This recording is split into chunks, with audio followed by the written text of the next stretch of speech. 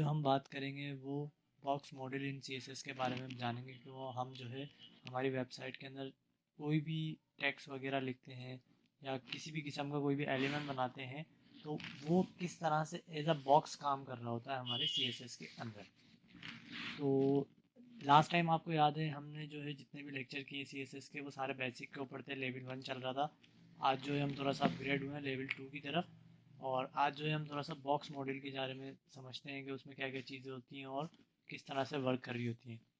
तो सबसे पहले यहाँ पे आपको एक इमेज दिख रही है साइड के अंदर, जिसमें हमारे पास जो है सबसे सेंटर में आपको जो रेड कलर से दिख रहा है ये कहलाता है कंटेंट। अब कंटेंट क्या होता है कि आपने अपनी वेबसाइट के अंदर कोई भी एलिमेंट बनाया और उसके अंदर कुछ भी लिखा या कोई एलिमेंट बनाया तो वो हमेशा क्या करता है आपकी वेबसाइट के अंदर एक जगह जो है आपके वेब पेज के अंदर एक जगह का जो है वो लेता है। और वो जो जगह ले रहा होता है वो एज अ टेक्स्ट आप उसके अंदर कुछ बनाए कुछ लिखे उसके लिए वो एक पूरी आपके पास जगह ले रहा होता है। फिर उसके बाद आती है आपके पास पैडिंग। अच्छा, पैडिंग से ऊपर आपको यहाँ पे एक बॉर्डर दिख रहा होगा। बॉर्डर क्या होता है, आपने जो कंटेंट लिखा है, अब मैंने यहाँ पे जो हम आज बात कर रहे हैं हम बात कर रहे हैं बॉक्स की। तो यहाँ पे हम कोई भी कंटेंट और इस तरह का कुछ भी हम लिखते हैं, कोई भी हमारे एलिमेंट टैग बना के हमारी सीएसएस की वेबसाइट के अंदर, तो वहाँ पे क्या होता है कि वो एज अ बॉक्स काम कर रहा होता है। किस तरह से मैं यहाँ पे ऐसा करता हूँ, कुछ हम मैंने जो है एक सीएसएस की फाइल बनाई है और एचटीएमएल की फाइल बनाई है। यहाँ पे मैं क्या करता हूँ एक हेडिंग बना लेता हूँ ताकि आपको थोड़ा सा क्लियर हो जाए।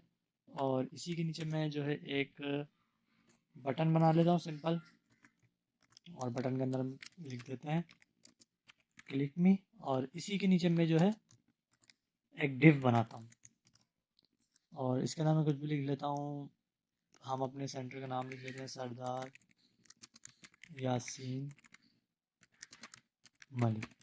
ठीक है, सिंपल। आगे मैं अपनी वेबसाइट को रिफ्रेश करता हूँ तो अभी आपको क्या दिख रहा है कि एक जो है हमने हेडिंग बनाई है, एक बटन बनाया और एक जो है हेडिंग बनाई है सरदार यासिन मलिक। अब देखें आपको एक फ़र्क दिख रहा होगा कि मैंने जो हेडिंग बनाई है यहाँ पे जो मैंने एक हेडिंग का टैग बनाया था उसके नीचे जब बटन लगाया तो वहाँ पे मैंने बी आर का यूज़ नहीं किया, यानी मैंने नेक्स्ट लाइन किया नहीं।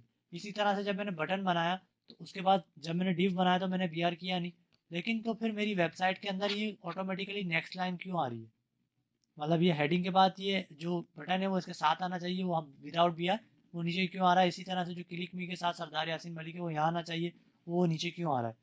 तो हमारे पास यहाँ पे बात आती है box in C S S की, कि जो आपका टैग्स होते हैं वो पूरी की पूरी रोज जो है होती हैं, पूरी की पूरी विड्थ जो होती है वो अपनी आपके वेब पेज की ले रहे होते हैं। किस तरह से देख सकते हैं हम? अगर मैं राइट क्लिक करके इंस्पेक्ट में आऊँ, इंस्पेक्ट में आने के बाद यहाँ पे सिंपल मैं एलिमेंट के ऊपर क्लिक करूँ और अगर मैं किसी भी जो है एलिमेंट या टैग के ऊपर जाता हूँ तो देखिए यहाँ पे मैंने हेडिंग लिखी हुई थी, लेकिन हेडिंग का ये जो आपको ब्लू कलर का एरिया दिख रहा है ये क्या कर रहा है, ये पूरी की पूरी यहाँ पे हमारी विड्थ ले रहा है पूरे वेब पेज की। हालांकि ये लिखा हुआ टेक्स्ट इतना था लेकिन ये काम क्या कर रहा है कि पूरी की पूरी विड्थ ले रहा है। तो आज हम इसको भी देखेंगे कि हम इसकी विड्थ और ये जो आपको एक्स वाई एक्सिस के ऊपर जो इसकी हाइट दिख रही है, ये हाइट हम किस तरह से कम कर सकते हैं, किस तरह से बढ़ा सकते हैं, विड्थ किस तरह से कम कर सकते हैं, किस तरह से बढ़ा सकते हैं। इसी तरह से अगर मैं यहाँ पे सरदार यासिन मलिक के ऊपर आ जाऊँ तो यहाँ पे भी देखें ये टेक्स्ट जो है छोटा सा लिखा हुआ, लेकिन इसने एरिया जो है पूरा का पूरा आपके पेज जो है वो लिया हुआ वेब पेज। अच्छा, ये जो आपके पास वेब पेज है, ये जो आपको ब्लू कलर का एरिया दिख रहा है ये कहलाता है कंटेंट एरिया।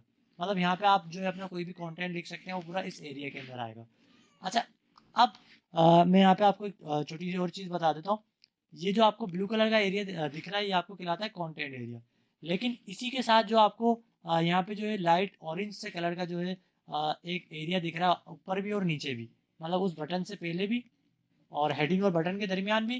तो ये कहलाता है आपके पास एक टेक से लेके दूसरे टेक के दरमियान का जो स्पेस कहलाता है इसे हम कहते हैं मार्जिन। ये जो आपको ऑरेंज कलर का एरिया दिख रहा है ये कहलाती है मार्जिन। इस पर हम बात करेंगे काफ़ी ज़्यादा कि हम मार्जिन को किस तरह से सेट कर सकते हैं। बाकी अभी के लिए आप ये समझ लें कि एक टेक से लेके दूसरे टेक के दरमियान का जो स्पेस होता है वो हम मार्जिन कहते हैं। अब यहाँ पे आपको बात थोड़ी थोड़ी थोड़ी क्लियर हो रही होगी कि कंटेंट जो होता है, ये हमने जो यहाँ पे कंटेंट लिखा हुआ है ये समझे एक तरह से कंटेंट है। अब ये पूरा जो आपको ब्लू एरिया दिख रहा है, अगर मैं यहाँ पे एक बॉक्स एक बॉर्डर बनाऊंगा ना तो जितना भी आपको ब्लू एरिया की बाउंड्री दिख रही है इस पे बॉर्डर बनेगा स्टार्ट से लेके यानी लेफ्ट साइड से लेके राइट साइड तक। तो यहाँ पे जो बॉर्डर, जब कभी भी आप कोई बॉर्डर बनाते हैं और जो कंटेंट लिखा हुआ होता है और कभी कभार ऐसा होता है कि बॉर्डर और कंटेंट के दरमियान कोई ना कोई छोटा थोड़ा सा स्पेस रह जाता है। मतलब यहाँ पे जो मैंने कंटेंट लिखा हुआ है मेरी वेबसाइट के अंदर, हेडिंग, और हेडिंग का आपको ऊपर दिख रहा होगा, अगर बॉर्डर लगेगा तो बिल्कुल कॉर्नर से लगेगा। तो जहाँ हेडिंग लिखी हुई है, जहाँ कंटेंट लिखा हुआ है और जो बॉर्डर ऊपर लगा हुआ है, उसके दरमियान क्या होगा, एक कुछ स्पेस बाकी होगा। तो वो जो कुछ स्पेस बाकी होगा वो कहलाता है पेडिंग। अब वो कहीं बाकी भी रहता है, कहीं पे दिखता भी है और कहीं पे नहीं भी होता। तो कहीं पे 0 भी होता है, कहीं पे 1 2 3 पिक्सल भी होता है। तो वो हम उसके ऊपर भी काम करेंगे कि हम पैडिंग वगैरह को किस तरह से सेट कर सकते हैं। बाकी मैं आपको मार्जिन बता चुका हूँ। मार्जिन क्या होता है कि एक कंटेंट से दूसरे कंटेंट के दरमियान का जो स्पेस होता है वो मार्जिन कहलाता है आपके पास। अब बात करते हैं, सबसे पहले हम बात करेंगे जो हम box in model in CSS में हाइट, विड्थ, बॉर्डर, पैडिंग और मार्जिन की। आज के लेक्चर में हम जो है 3 चीज़ों को कवर करेंगे, हाइट, विड्थ और बॉर्डर की। अब हाइट में आपको बता चुका हूँ कि हाइट क्या होती है। हमारे पास यहाँ पे जो वाई एक्सिस चल रहा होता है, यानी टॉप से लेके बॉटम तक, ये जो आपको ब्लू एरिया दिख रहा है जो कंटेंट एरिया है, अभी आपको यहाँ पे दिख रहा होगा। चले हेडिंग को मैं छोड़ देता हूँ, मैं बात कर लेता हूँ यहाँ पे डिफ की। अब मैंने जो डिफ बनाया है, इसकी हाइट कहाँ से स्टार्ट हो रही है, आपको बटन के नीचे से ये ब्लू एरिया दिख रहा है, और ये जो आपने सरदार यासिन मलिक जो लिखा हुआ है, इसके नीचे ये ब्लू एरिया खत्म हो रहा है। तो इसकी हाइट अभी फिलहाल ये है। तो मैं चाहता हूँ इसकी हाइट थोड़ी सी बढ़ जाए। तो अब इसकी हाइट किस तरह से बढ़ेगी। अब मैं टेक्स्ट की हाइट नहीं बढ़ाना चाह रहा। अगर मुझे टेक्स्ट की हाइट बढ़ानी होगी तो मैं क्या करूँगा, फॉन्ट साइज रखूंगा और उसका साइज बढ़ जाएगा। अभी मैं जो साइज बढ़ा रहा हूँ वो इसके बॉक्स का साइज बढ़ा रहा हूँ, मतलब ये जो एरिया ले रहा है। किस तरह से, तो अगर आपने इसकी विड्थ बढ़ानी है तो आपने सिंपल क्या लिखना है, by default it set the content area height of the element. वही बात कर रहा है कि कंटेंट एरिया की जो होती है उसकी हाइट बढ़ाता है। सिंपल आपने क्या करना है, आप मुझे इस डिफ की जो है हाइट बढ़ानी है, तो मैंने सिंपल सीएसएस वाली फाइल में आना है और यहाँ पे डिफ को कॉल करवाना है। करली ब्रैकेट्स में मैं कह देता हूँ इसकी हाइट जो है फॉर एग्जाम्पल 30 पिक्सल हो जाए। 30 पिक्सल, पिक्सल में क्यों रख रहे हैं, क्योंकि लास्ट लेक्चर में मैंने आपको बताया था कि हम एब्सोल्यूट के ऊपर काम कर रहे होते हैं, एब्सोल्यूट वैल्यू पे, तो हम उसमें पिक्सल्स को ही ज़्यादातर यूज़ कर रहे होते हैं। और अगर आके मैं सिंपल यहाँ पे रिफ्रेश करता हूँ ना अपनी फाइल को, तो अब अगर आके मैं यहाँ पे आपको दिखाता हूँ, तो अब आपको यहाँ पे दिख भी रहा होगा कि हमारी जो हाइट है वो कितनी हो गई है, 30 हो गई है। आपने इससे ज़्यादा इंक्रीज करनी है, आप यहाँ पे आके फॉर एग्जाम्पल मैं कह देता हूँ 100 हो जाए। आपको यहाँ पे आके दिखेगा, अगर मैं रिफ्रेश करता हूँ अपनी वेबसाइट को, तो अब एरिया 100 हो गया। इसी तरह से ये तो थी हाइट, आप इस तरह से बढ़ा भी सकते हैं, कम भी कर सकते हैं। इससे क्या होगा कि जो अब मैं अगर मुझे इसी जो मैंने सरदार यासिन मलिक लिखा है इसी के नीचे मुझे कोई एलिमेंट, कोई टैग बनाना होगा, तो वो जितनी इसकी हाइट होगी उसके बाद बनेगा।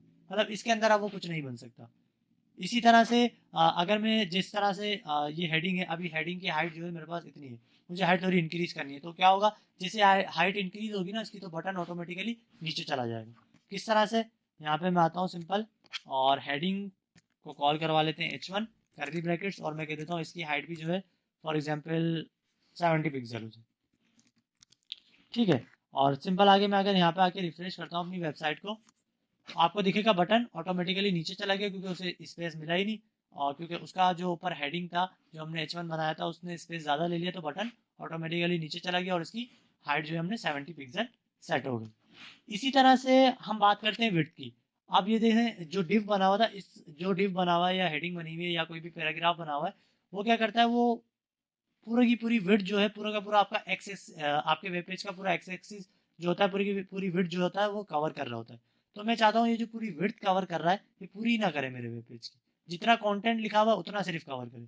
तो अब विड्थ किस तरह से कम होगी, सिंपल आपने जिस तरह से हाइट को सेट किया था, जैसे ये डिव के अंदर मैंने हाइट को सेट किया, इसी तरह से मैं विड्थ को भी सेट कर देता हूँ, और विड्थ कह देता हूँ मैं फॉर एग्जाम्पल 150 पिक्सल हो जाए। और अब आके मैं सिंपल यहाँ पे रिफ्रेश करता हूँ, तो अब देखें इसकी विड्थ आपको दिख रहा होगा, ऑटोमेटिकली विड्थ सेट हो गई। अब वो जो सरदार यासिन मलिक था, विड्थ जो है थोड़ी सी ज़्यादा बॉक्स की कम हो गई, तो मलिक जो है ऑटोमेटिकली नीचे आ गया, क्योंकि उसे जो है उस बॉक्स के अंदर एडजस्ट करना था खुद को। तो इसी वजह से उसने क्या किया, वो ऑटोमेटिकली नीचे आ गया, क्योंकि हमने विड्थ उसकी कम कर दी। अगर मैं विड्थ बढ़ा दूँ, फॉर एग्जाम्पल 150 की जगह कर देता हूँ 250, तो अब वो जो सरदार यासिन मलिक था वो ऑटोमेटिकली एडजस्ट हो जाएगा और उसकी विड्थ आपको दिख रहा है कि बढ़ चुकी है। अब वो पूरे आपके वेब पेज को कवर नहीं कर रहा। तो ये फ़र्क होता है कि आप अपने जो है बॉक्स का एरिया किस तरह से उसकी विड्थ और हाइट को सेट कर सकते हैं। फिर हमारे पास अगली चीज़ क्या आ जाती है, विड्थ हम कर चुके हैं, फिर आ जाता है हमारे पास बॉर्डर। अब बॉर्डर में हमारे पास 3 प्रॉपर्टीज आती है। अब बॉर्डर होता क्या है, ये जो आपको बॉक्स दिख रहा है, जैसे ये बॉक्स दिख रहा है, अब इस बॉक्स का आउटर जो एरिया होता है वहाँ पे अभी आपको ऐसा करता हूँ, मैं इसको कोई बैकग्राउंड कलर दे देता हूँ ताकि आपको जो है थोड़ा सा समझ आए कि ये क्या बॉक्स है। तो मैं क्या करता हूँ, सिंपल जो है यहाँ पे आके इस डिव को एक जो है बैकग्राउंड कलर दे देता हूँ, कोई भी दे देता हूँ। फॉर एग्जाम्पल मैं इसे पिंक दे देता हूँ बैकग्राउंड कलर, और यहाँ पे आके सिंपल रिफ्रेश करते हैं। तो अब आपको दिख रहा है कि हमारा इस तरह का बॉक्स बन चुका है। तो अब ये बॉक्स जो बना है, मैं चाहता हूँ इस पर एक बॉर्डर लग जाए। तो अब बॉर्डर के लिए आपको 3 प्रॉपर्टीज लगानी पड़ती है।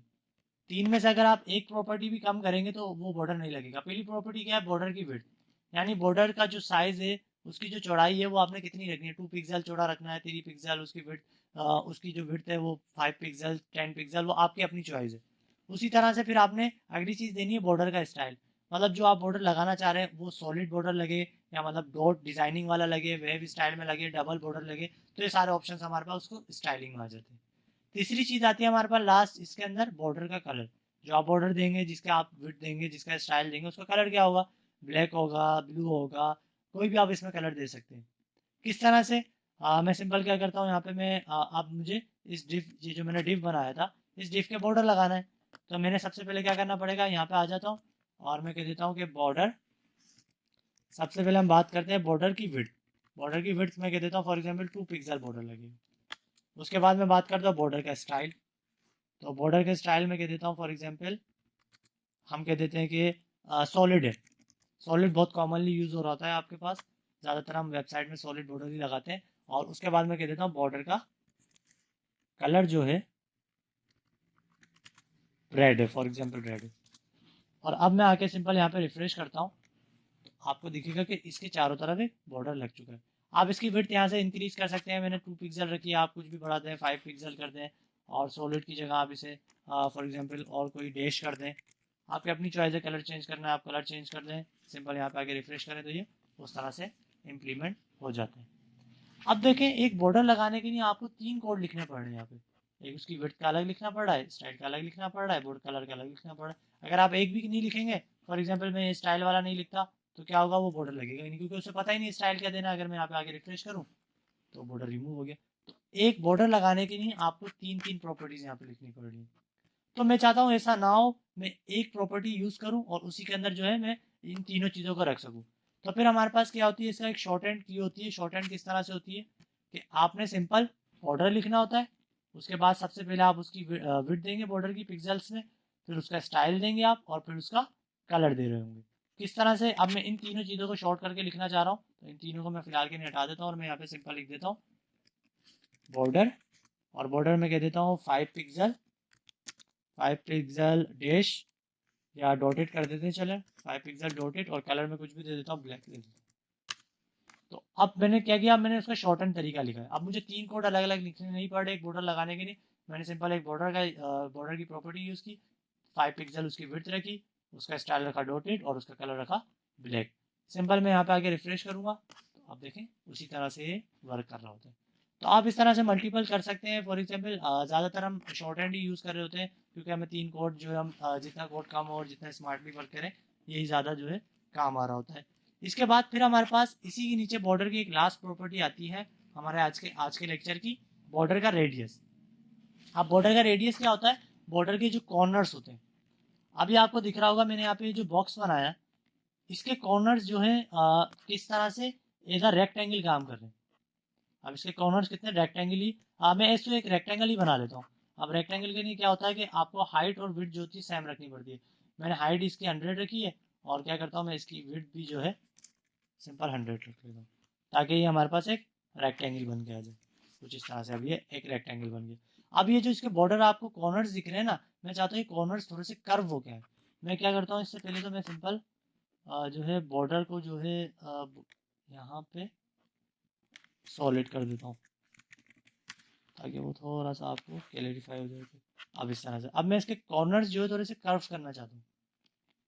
तो अब मैंने क्या यूज़ करना होगा, इसका रेडियस सेट करना पड़ेगा, बॉर्डर का रेडियस सेट करना पड़ेगा। तो मैं सिंपल यहाँ पे कह देता हूँ कि बॉर्डर, हम यहाँ पे कर लेते हैं बॉर्डर रेडियस से बात करते हैं, और रेडियस में कह देता हूँ इसका 10 पिक्सल हो जाए। अब मैंने इसका बॉर्डर रेडियस क्या करते हैं, 10 पिक्सल। सिंपल मैं यहाँ पे आके रिफ्रेश करता हूँ, तो आपको दिखेगा इसके बॉर्डर क्या हुआ, हल्के हल्के से कर्व हो गए। मैं अगर इसका रेडियस बढ़ाता जाऊँगा उतने उस हिसाब से इसके बॉर्डर फॉर एग्जाम्पल 20 कर दिया, और ये इसके बॉर्डर्स उस तरह से कर्व होने। तो इस तरह से आप जो है डिफरेंट शेप्स बना सकते हैं। लेकिन मैं चाहता हूँ कि एक बिल्कुल सर्किल बन जाए, मतलब ये जो रेक्टेंगल था इसे मैं सर्किल में कन्वर्ट करना चाहता हूँ। तो आपको पहले पता होना चाहिए कि रेक्टेंगल बनता है किस तरह से। हाइट और विड्थ जो है हमारे पास सेम होनी चाहिए, तब जाके वो रेक्टेंगल कहलाता है। अब जब आपने इसको सर्किल बना रहे, रेक्टेंगल को सर्किल में कन्वर्ट करना है, तो आपने क्या करना पड़ेगा, जितनी आपने हाइट और विड्थ दी है ना उसका हाफ। अब हाइट और विड्थ हमने 100 दी हुई, 100 का हाफ क्या होता है 50। और आपने उसके एंड में क्या पिक्सल का यूज नहीं करना, उसके एंड में रखना है आपने परसेंटेज।